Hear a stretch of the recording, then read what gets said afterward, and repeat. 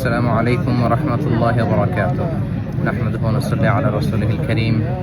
أما بعد فأعوذ بالله من الشيطان الرجيم. بسم الله الرحمن الرحيم. পবিত্র মক্কাতুল মুকাররমা থেকে আপনাদের সবাইকে জানাচ্ছি আন্তরিক শুভেচ্ছা এবং মোবারকবাদ। আমরা গতকাল মক্কাতুল মুকাররমাতে 27-এর কদরের রাতকে কাটিয়েছি।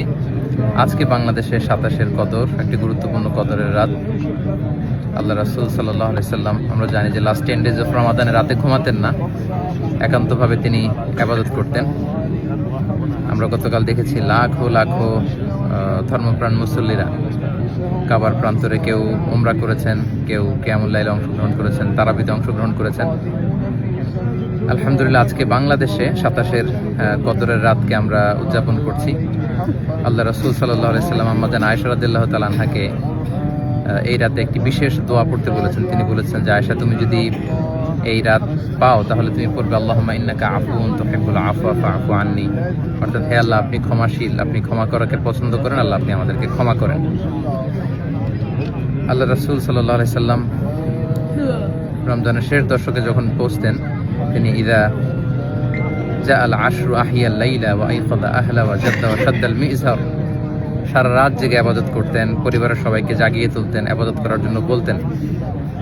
এবং সারা বছর কোরআনের যে আয়াতগুলো নাজিল হয়েছিল এগুলো তিনি জিবরাইল আলাইহিস সালামের সাথে রিভাইজ করতেন, তিনি শোনাতেন। জিবরাইল আলাইহিস সালাম আল্লাহ রাসূল সাল্লাল্লাহু আলাইহি ওয়াসাল্লামকে পড়ে শোনাতেন।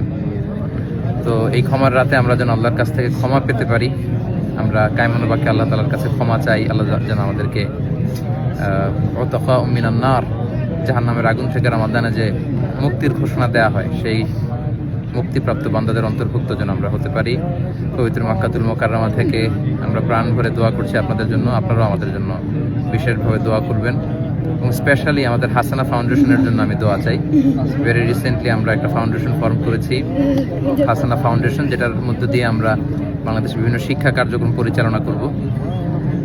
কদরের এই বরকতময় রাতে হাসানা ফাউন্ডেশনের ভবিষ্যৎ কার্যক্রমগুলো যেন আমরা স্মুথলি পরিচালনা করতে পারি। আপনারা এই ফাউন্ডেশনটির জন্য দোয়া করবেন।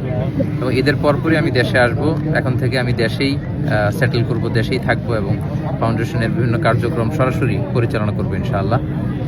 আপনাদের সবার কাছে দোয়া আছে, সবার জন্য আবার অফুরন্ত দোয়া ভালোবাসা জানিয়ে মসজিদুল হারাম থেকে বিদায় নিচ্ছি, পবিত্র মক্কাতুল মুকাররমা থেকে।